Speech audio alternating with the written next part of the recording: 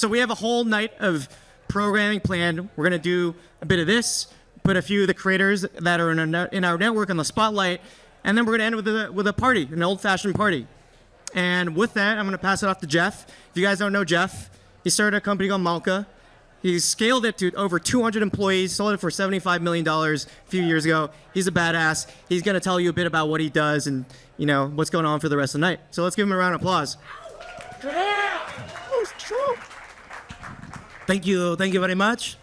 Now, listen, you know, I think the reason why I wanted to do this was because, you know, I talk to 10 founders a day, and I built this product OM really because if I didn't, I would give all of you the same advice that I would give you with the platform that we built, which is get the people who believe in what you're building, who talk to your customers every single day, to be invested in your company's success, and you will be more successful, right? If you have no voice, no one hears you, and without an audience, you really don't exist, right? I know so many people that are in this room that are building incredible things, and I've been to so many dinners where, you know, you go around, it's like, oh, what's the one thing that you need? You know what everyone says? They need more customers, right? And if you want more customers, you got to spend more money. You got to go rent an audience from Google or Zuck, right? Or you got to go pay influencers who really don't have an interest in whether or not your business is successful or not. And so what we wanted to do in this room was to bring builders together. Builders are not just founders, they're creators, right? Everyone understands that when you wake up in the morning, if you have a point of view that you are going to do something, right, that is of your own decision, right, you are a builder, right? Creators wake up and say, what can I build? Founders, operators, what can I build today, right? And so this room is about building together, right? Everyone in here could use some help. Everyone in here could meet someone that may not be able to help them, but knows someone who can, right? And when we decided that we wanted to create marriages, right? When you give someone equity as an investor, you should say, am I gonna be able to deal with this person for the next 5 or 10 years?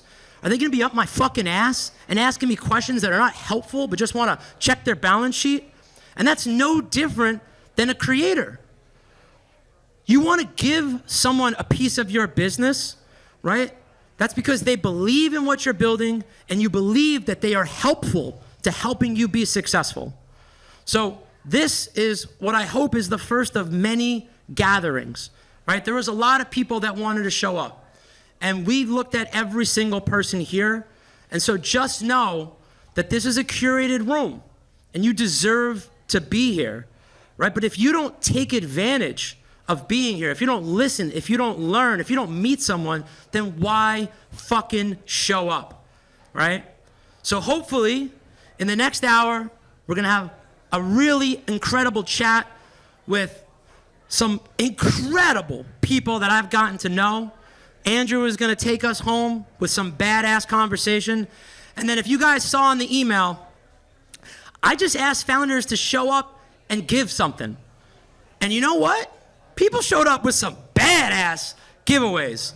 We got Giants tickets. We got $25,000 worth of free media. We got a free trip, thanks to Stephanie Danielle at Fora Travel, to an auberge experience in Europe, which is pretty wild. Thank you. We'll give that away. So at 8 o'clock, we'll do that. And there's going to be some special things. I do have my favorite magician here. We got Biggie making custom shoes, $2,000 custom shoes. We're gonna give one away later. We got Tom Segura's Pour Osos. Guys, the guy behind the bar is Ryan Quinn. He's the CEO of Drips. That's the venture studio behind it. Everyone in here is a hitter, right? So when we're done, go introduce yourself to somebody. And with that, if there's no questions, not that I'm really asking, maybe we'll just dive into this panel. Is that cool? Are you guys ready for a conversation? Yeah. All right, you guys fired up? All right, I'm out of here. All right, good. All right, listen. We've got 3 incredible people here. Someone who has a tenured experience, someone who is building a startup, and a creator who, if you are not following, could probably help you with both relationship and sex advice. And even though he looks like he's 5'7" on the videos, we're gonna have to change the angle on his Instagram. He is 6'3", and he will crush a man with his bare hands. Mino, can you please introduce? Oh, here. Hi. Can you please introduce yourself? Yeah, sure. Hi, I'm Minu Clark. I'm the CEO of Real Self. I joined Real Self a year and change ago. Real Self is the consumer's destination for all things cosmetics and plastic surgery. We've been around for 20 years. We rebranded a couple weeks ago with a big blowout party. Huge blowout. You're my witness. It was pretty epic. Awesome. And I have a career in media and entertainment, working for brands like People Magazine, Entertainment Weekly, Pop Sugar, Yahoo, BuzzFeed, scaling, building audience strategy, growth strategy, and most recently worked for Paris Hilton and helped build and scale her media company. So I've kind of lived two sides of the media coin, working really closely with celebrity and creator, and now revitalizing a legacy business with Real Self. And it's great to be here. So when she talks, you guys should listen. Great. Okay. What do you got, Josh? Quick. What's up, beautiful people? I can't really follow Minu's CV, that's for sure, but I'm building Vibes, which is the first ever FaceTime first dating app. We launched globally. We launched a couple months ago, and we're doing our best, and we're building as fast as we can, and I think we're really excited about the future. Hello, everybody. That introduction was unbelievable. I love that. My name is Nico Emanuelides. I am a dating content creator. I have my own show, working on a book, a masterclass. My brand is called The Daddy Academy, if you haven't heard of it. It's a great name. It's a fun name. And I'm partnering with Vibes, and I'm extremely excited about this partnership and the future. Yeah. All right. So listen, we got a lot of founders in the room, right? And when Josh approached and said, you know, we want to partner with this guy, you had a lot of other much bigger opportunities on the table from, you know, who you would think in the traditional dating game. There's really one major conglomerate, right? But you decided not to take the bag and bet on Josh and Vibes. So for the founders out there, considering your audience is exactly the customer that Josh and Vibes are going after, why did you partner with him? Why did you opt to be an owner of Vibes? I think first things first, meeting Josh, meeting the team, it's about the human connection, right? You find somebody who you really vibe with. Ooh. There you go. And that connection goes such a long way, right? That connection, that human connection of like, I believe in this person and they believe in me. And that was just like, I'm ready to go to bat for this person. Rather than the run of the mill, okay, how many partnerships does this company do a year and blah, blah, blah. And it's like, no, I want someone who has like the hunger that I have to build what I'm building. And we're gonna do it together. It's a partnership. And I believe in the product. Like what they preach and what their app is all about is exactly what I'm trying to get to people, more human connection. And I feel like apps and between AI, everyone is so disconnected from reality. And I see that in the dating space, and it's a big problem. And what they're trying to do is bring more of that human connection element to it. And I love the app, I love the product, I love the guys. And you know, when you have that connection, it's like I'm ready to go to war for these people. And I'm extremely excited about the possibility of the future. But really, it's first things first. It's, can I work with these guys? Do I like these guys? And do I believe in what they have going on? And all those things were yeses, unbelievable yeses. And yeah, that just like, it made it a no-brainer to me. It was one of those things where I talk about on a first date, you kind of know within a few seconds, like, is this a yes or is this a no? And it's kind of, we had a little first date experience where we fell in love at first sight. That's really what it felt like. I got to witness the first date, and I tell my team, when the first time a founder talks to a creator that they're interested in partnering with, you should record that conversation, because that first pitch from a founder who gets to share their passion for what they're building that first time, and then to see the reaction of the creator on the other side, that's where the sparks fly, right? And it's really, really important to find that connection, right? And I think Josh, as like for all the founders out there, right? I think a lot of people are fearful of just maybe like reaching out. You know, who knows? I don't know if you could have afforded, you know, Nico, right? But I think a lot of people, it's like cold calling, like, I don't think I can, so I won't. How and why did you reach out to Nico, right? I think there's like how do you get founders out of the hump of just saying, let me shoot my shot? Yeah, I think, to be honest, like I've thought about this a lot. I think there's a lot of creators out there right now that are they're in the market for that cash grab. They understand that like they're only really relevant for a short period of time. That might be controversial to say, but that's just how I feel. I think Nico understands, he's a smart guy, that he's got to invest in a brand and work with a brand that doesn't really jeopardize his brand personally. And I think that, you know, everyone knows dating app market's massive. There's a lot of bad things to be said about it. And I think we're going out there and we're trying to fix all those issues, and Nico fucks with it and he likes it. And I think that that's going to carry a lot of weight long term for both of us. He's a smart man. I think that he's not just looking at that short term cash, he's looking at long term wealth as well. And I think that's what we can give him. I love it. Minu, you have had an incredible career working with, you know, some of the most influential brands in the world. You took on this new CEO role of a legacy publisher who's been in the market for a couple decades now, right? When you think about the mentality that a Josh and a startup has and putting on that type of, you know, rebrand, you just had this massive rebrand, how do you think about partnerships and working in this new audience-first economy? Yeah, I think it's not all that different. I mean, Real Self, I think the biggest difference for Real Self is we do have 20 years of legacy. So we can be really choosy and curate how we leverage creators and influencers and lived experiences. But what's been to our advantage at Real Self is there's this huge culture shift around not just authenticity, which I think is a buzzword everyone loves to throw around, but we're your fairy hot mother. We literally tell you where to go get your boobs done or liposuction or Mounjaro or Botox or a nose job. Like, we don't shame you. We put you on a safe path to feel hotter and be hotter. And there's a culture shift around that where people are opening up and embracing that, especially influencers and creators. And they're seeing that pay them back in spades with engagement and new followers. So we're kind of riding a culture wave as a brand while we're rebranding our own brand. So the Real Self rebirth that just happened is very conveniently happening in parallel with a big pop culture shift where aesthetics is now kind of transcending the beauty bubble, and it's becoming a piece of connective tissue across just human experiences, people who care about wellness, people who are taking care of themselves, people who are on a confidence journey. It's all about that kind of self-actualization. We're here to empower and celebrate and uplift those stories. So that has opened new doors and a new way for us to move through leveraging creators. If you were starting Real Self today, right?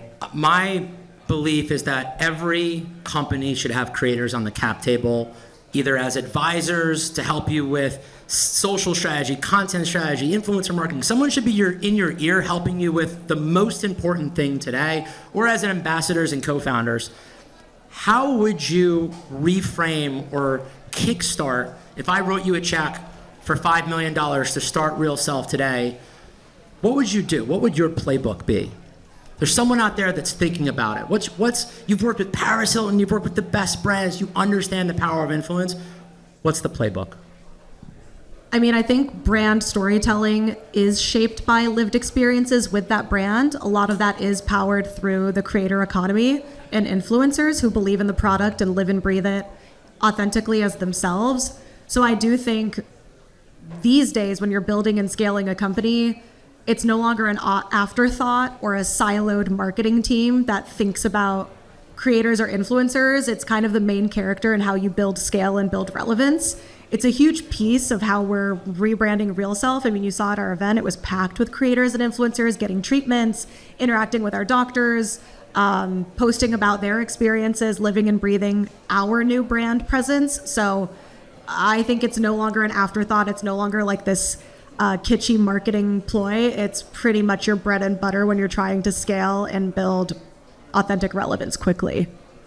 Yeah, I think that's spot on. And I think that playbook kind of plays into you, Josh, right? Because who here is on a dating app? Don't be shameful. Put your hand up. Let's see it. Come on.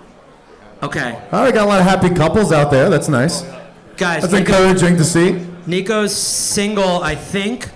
For I don't know what you're into. He looks like a guy who goes both ways. I'm into quite a lot. We don't discriminate. So there's a lot of founders out here that are going up against the legacy. That's what you're competing against. They've got more money, they've got more reach, and they can kind of squash you like a bug. Why are you going to win? Because we got Nico. I think that's what we're going to win. No, really, why? What's your playbook? I think our playbook's just around, we have a couple of things in our strategy that I'm not going to share tonight because that's our avenue to win. But I do think like nothing else exists out there that's FaceTime first that really kind of prioritizes face-to-face connection, like human connection. I think in a world where AI is becoming more prominent, you're looking at a world where people are going to really be craving human connection. And I think if anyone wants to stand here and argue with me that talking face-to-face on a dating app before meeting someone in real life doesn't make any sense, then we can square up and have a crack. All good. And so, okay, so what I hear, because I kind of know, is that creators are obviously a huge part of that playbook, but they're a part of everyone's playbook, right? And so maybe Nico, as the creator who is now an owner and investor in Vibes, what advice would you give Josh to help this brand win? Listen to the people. Listen to the people. I think people, especially in the dating space, are very vocal as to what they like, what they don't like, what's working, what's not working. And there's just so much data there. And what's great about our partnership is I have access to all this data, right? So you're a listening device. I'm a listening device for thousands and thousands of people that we could pose questions, I can get that information, give it back to him, and fix that problem. I think the problem with a lot of dating apps nowadays, or at least the ones that we're all very familiar with, is they really haven't changed anything. And a lot of people are very tired of it. And there hasn't been a new player in the space in a while. Maybe Hinge was the last one to kind of come out in the scene maybe 5 years ago. And there's been times in the past where I didn't jump on the new exciting thing, something that I'm really passionate about. And then down the line, I'm like, shit, I just missed that. I just missed the boat. And I've been thinking about that a lot. And then I'm a big believer in things happen for a reason, timing, all that kind of stuff. And then this introduction was made with Josh and loved everything he talked about. Like I said, we vibed, again.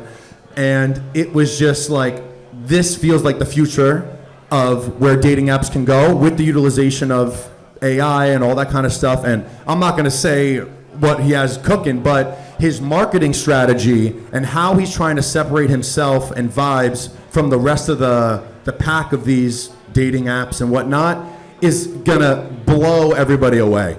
And that is what I wanted to team up with, because I see the vision for both of us to grow tremendously and to have extreme success based off of just like their vision and understanding of what the other players in the game aren't doing. And it's honestly, it might be too late for them to do it because there's already a preconceived notion of who they are in the space. You can't really change someone's mind if you've been, right? Like you can't teach a new old dog new tricks. It's like you can't really change people's perception of that, whereas a new player coming in, doing things the right way and having this sort of mindset, I'm like, this is the team I want to be a part of. Yeah, I want everyone to just, what you probably maybe missed is the thing that I try and coach founders on, is that creators are not just megaphones.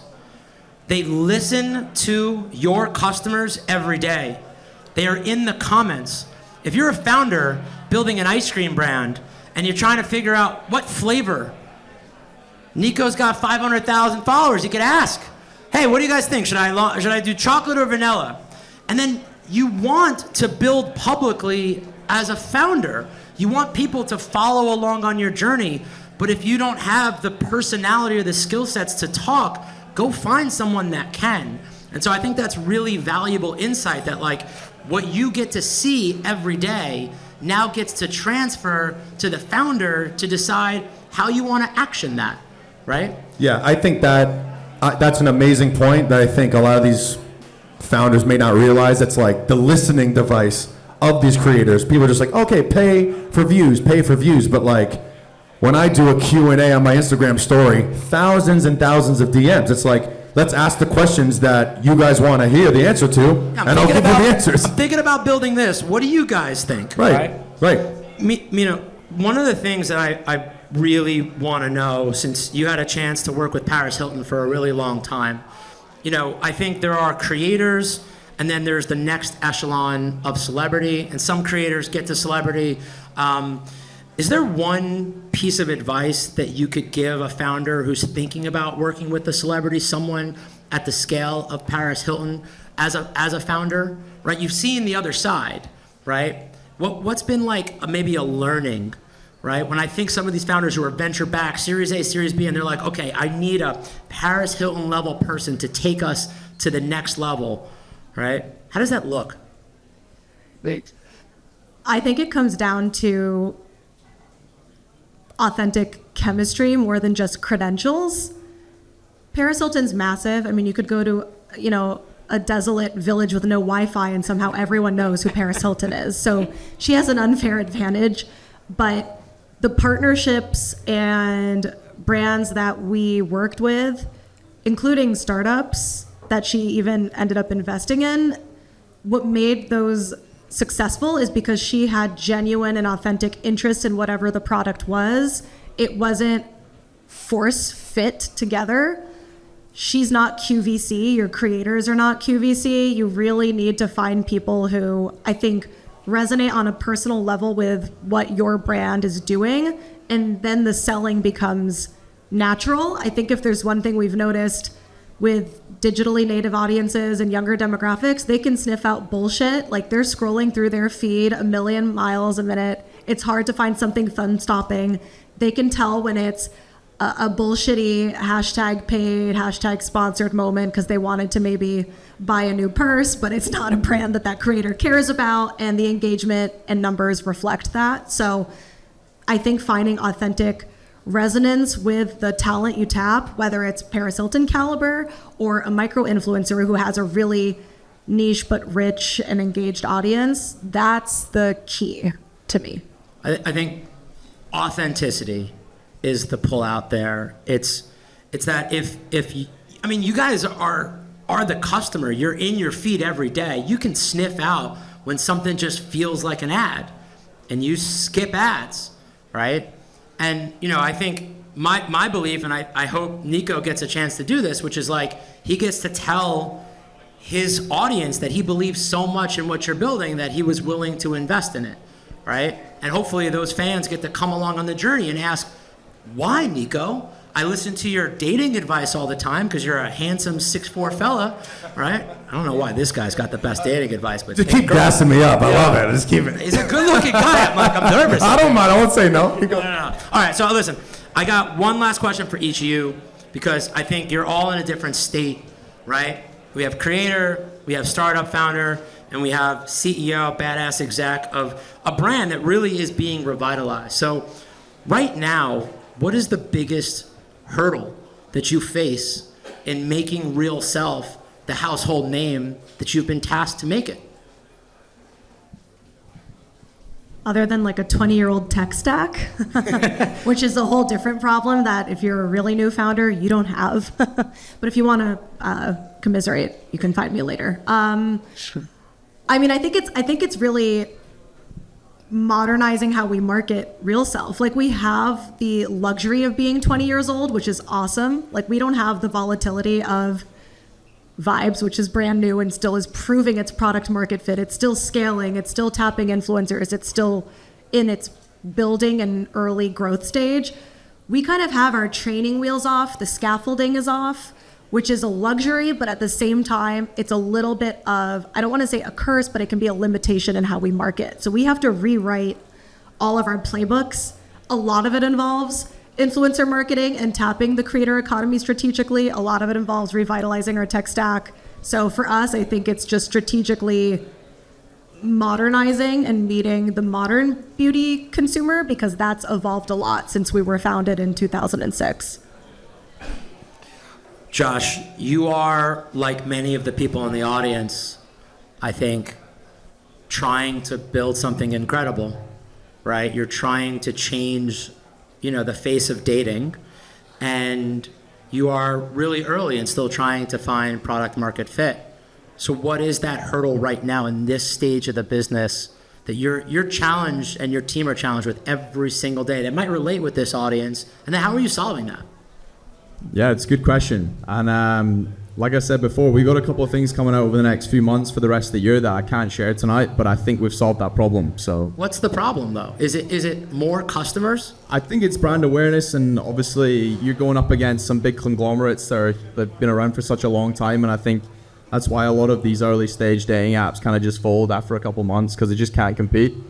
But we have an angle that we think we've solved it, and I think you're going to find out in the next couple of months why. If I wrote you a check for $100,000 right now, it wouldn't be enough. No. What would you do? What would you? So if I wrote you a check for $1 million, Still not enough. what would you do with $1 million right now? Where don't would you need put it. it? No, I don't want to be an investor. I want to put $1 million into your marketing strategy. What are you going to do? What is something that you can do right now with $1 million that's going to cut through the noise? Exactly what we're about to do. Okay, so you don't want to tell anybody. Guys, please Perfect. download the Vibes app. I'm not an investor. He won't let me be, but I do think he's going to win. Very Okay. insightful, Josh. Yeah, very insightful. He doesn't want to tell us Welcome, man. anything. Thank Next time I ask someone to be on a panel, maybe he'll tell us something. No. I'll give away all my secrets. You guys can ask me anything. All right. All right, Nico. What do you got?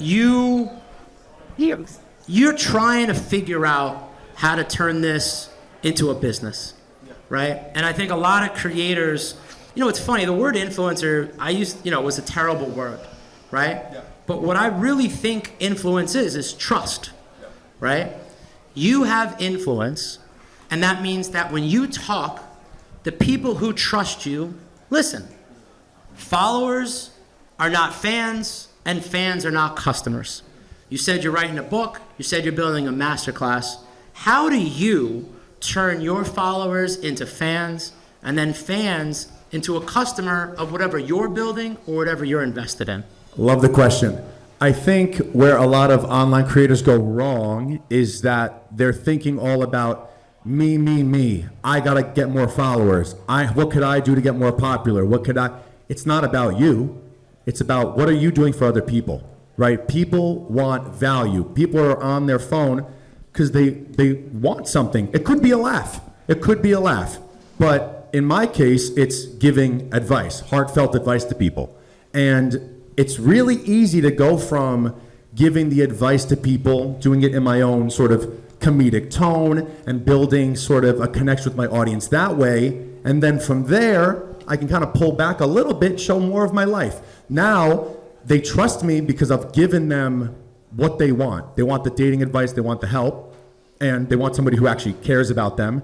And then now, they can invest in me as a person as well. Some people go, invest in me as a person. I'm so cool, I'm so awesome, but why?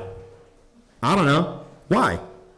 So I think for most creators, start with giving value. What can you give out to people? And that's just a good mantra just to have for life in general. It's not about you. Release the ego. What can I do to give people, brighten somebody's day, help somebody out? And that actually helps your overall happiness. And I can go into a 10-hour speech about that. But I think starting from there, then kind of pull back, get them to invest in me more as a person. Hey, this is where I came from. This is my story. And then it's they feel like they have a true connection to me, my journey, my vision, and then they want to invest in the things that I believe in, the things that I'm selling. And I think that's the key that from day one when I started the Daddy Academy, even with the branding, that's the brand, the Daddy Academy. Welcome to the Daddy Academy. That's the thing I say every video, right? So it's they know Nico, they know the bigger brand. I'm giving value. I'm showing you a little bit about my personality. And then over time, through that trust, like you were talking about, then they're going to invest in me and the things that I sell and the ventures that I want to accomplish. And that's what I think a lot of creators don't understand, but that's what I understand. And that's why I'm working with these guys. Isn't it so apparent why so many women listen to him? I believe whatever he just said. No, I think by the way, that was so perfect. And I really hope every founder listened to what he said, because what he said is exactly what you need to be doing. You need to create a value exchange. It cannot be sell, sell, sell. You should focus on tell, tell, tell. You should tell people about what you're building and why you're building it, and then you should bring them a little bit into that founder journey and what that life is, right? Everyone is showing an ad. Meta and Google, they just want to sell you something, but you believe in people, right? And people follow people. And so the same way a creator thinks is the same reason why every person on LinkedIn is trying to figure out how to build publicly, right? Because we're all kind of intrigued. And some people have that entrepreneurial journey and that drive, and some people don't. So I really hope you guys understand that we all have to think like a creator if we want to win. Otherwise, no one's going to hear us, right? All right, one last rapid fire question. That was it. But if you could give one piece of advice to the founders in this room, just one piece of advice. Most of them are startup founders. What is it? Quick. What do you got? Minu. Don't take money you don't need. Perfect. Move fast and adjust. Am I talking to a founder or am I talking to creators? Can you just like wink when you talk too? Great, thank you. No, I think it was exactly the spiel I just said. Don't Give say value, listen to what people say, and genuinely care about the people that you're selling something to or wanting something from. Your brand is what other people say when you're not in the room.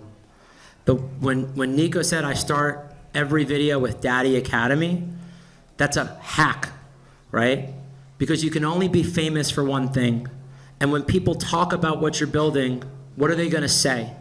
A good exercise, both personal brand and the one that you're building, is go ask 10 people, hey, what would you tell your friend about what I'm building? Record it and write it down. If they all say something different, then you have a brand problem. And if you have a brand problem, then you will fail because that doesn't scale. If you're thinking about building a personal brand, do the exact same thing. Go ask 10 of your friends to say, hey, what would you say about me if someone said, oh, what do you think about Jeff, right? Write it down. If they all say something different, then you have a personal brand problem, right? You can only be famous for one thing. Okay, guys, incredible point of views from a very diverse group. I'll ask, maybe we have time for one or two questions. If anyone has anything of value, please, no dating advice. I already got enough of that out. Does anyone have a question? I'll let one of you ask a question. This is exactly what I thought would happen if I did this. I really don't want to talk to anyone. No, I was just kidding. No, yeah, please. Do you have a question? Yell as loud as you can. Okay, I'll do my best. Hi, thank you. This is so informative, guys. Good. I'll lip read. Look forward to. In terms of content creation, which applies to the work you can now, is when you're starting out, iterate is right then for his part to figure out like you end up with on time. Maybe it wasn't most. I'll repeat. Don't worry, guys. Yeah. How are you learning? Gonna start at how about Yeah. Okay, great question. The question is we all start at zero, which is exactly what I started with at the beginning of the day on the _AI channel. And if you want to win anything later from all the founders, if you don't follow me or our brand, go fuck yourself. But please, you should also please follow us because I'd like to get to 100 followers, at least by the end of the day. But her question was, when you're just getting started, which we all have that nervousness of getting in front of the camera or starting to create content, how do you just test? And maybe you can just really quickly share that first moment, and then maybe from some experience you can share maybe some things that you can share as well. Yeah, I'll say this. The anxiety or the fear of being seen, right? That's why most people don't start making content. It's the fear of being seen. And as you start doing it, it gets better, but you still always kind of have it every time you do something new. So it never truly goes away, but I always had a vision for my life where I'm like, I'm meant to be in front of a camera, on a screen, on a stage, and I knew that. And there for years I wasn't jumping, I wasn't executing with what I wanted to do. And basically, I was like almost 30, and I'm like, shit, what am I doing? Like, I gotta fucking do it now, or else it's not gonna happen. So almost like that rock bottom, so to speak, got me to start doing it every day. And really, it's just the commitment to consistency every single day. If you do it every single day, the market will tell you where you're supposed to be. And this is actually a pretty funny story. I went into this wanting to be like solely a man's coach. I'm like, this is my journey as a man and like how I started working out and getting good with women or whatever. I'm like, I want to help guys like myself, right? Yeah, that's what I wanted to do. And I posted for 6-7 months, 2,000-3,000 followers. Didn't pop off, nothing like that. My younger sister was like, Nico, why don't you like make a video for women? I'm like, all right, that's not a bad idea. I mean, I guess I should. One video, 50,000 followers overnight. And then I just kept answering women's questions and it just completely blew up my audience. And it turned into, it wasn't what I envisioned it being, but the market showed me where I was needed. And because I was so like willing to and wanting to help people and not thinking ego, and like I was saying earlier, in my ego, it just naturally worked, and my tone, and obviously being a good communicator and all that stuff's really important too, and having the skill set, but I kind of just let the market show me where I was needed the most. But I always had the faith in myself. I always knew it was going to work out. There's days where I'm staring myself in the mirror and saying, shit, I'm not doing enough, and whatever. But guess what? I'm still going to fucking post that day no matter what. And Just do it. just do it. You just have do to it. do it. And it's a hard road, but it's worth it. And like I said, the internet will show you where you're needed Listen because to you're the just going to internet. try things. But like, that's the biggest piece of advice I give anyone trying to start content. It's not easy. That's why not tons of people, succeed doing it, but you got to stick with it, the consistency, and just wanting to help people and have a good energy about it. What do you got real quick? And then we'll wrap up. Thank you guys for sitting. I'm hopeful this is insightful. I don't have a lived experience. I'm not a creator, but I would say it's only crazy and cringe until it starts to work. I tell myself that as someone running a company. I think it applies to everything, but it definitely applies to creators. You only look insane doing a get ready with me video for your grandma until suddenly you have like 40,000 grandmas. So I was looking into the camera and saying, welcome to the Daddy Academy. What the fuck does that mean? It's like, I'm daddy. It's like, but now it's cool. Yeah, maybe. Now it's cool, It's just to be funny how it determined, I works. guess. Last, come on. You have one piece of advice? You guys know this guy played professional sports. He doesn't look like it, but he has that athlete mentality. What was the question? I've completely forgot. I don't know. Nico goes on rants. Yeah, I can't I know. remember. Sorry, I'm passionate. Okay, if you don't have anything good, it's all good. No, we'll I end just it here. have fun, enjoy it. There you go. I'll leave you with one thing that I learned. I think Andrew said I sold the business, and I did. There's two mottos here. One is I think success is like a pregnancy. Everyone wants to say congratulations, but no one wants to ask you how many times you got fucked. Whoa. Yeah, that's good. That's a good joke. I wrote that one down earlier. The other one is that it's not about. I used to say that life is about the pursuit of happiness, but what I really came to conclude is that it's happiness in the pursuit. And so I think as we're all going through the turmoils of building, just remember, right? Like if you don't have someone to talk to, that's one of the biggest problems of being a founder, being a builder, being a creator. A lot of times you're in your second bedroom and it's lonely and you have no one on your level to talk to. So I'm really hopeful that you meet someone in this room that can help you, that can share a story that's at your level, and that hopefully you just build a relationship, because relationships are where partnerships start. So guys, hopefully this is a great panel. Thank you very much. And I'll pass it over to Mr. Andrew Yeung.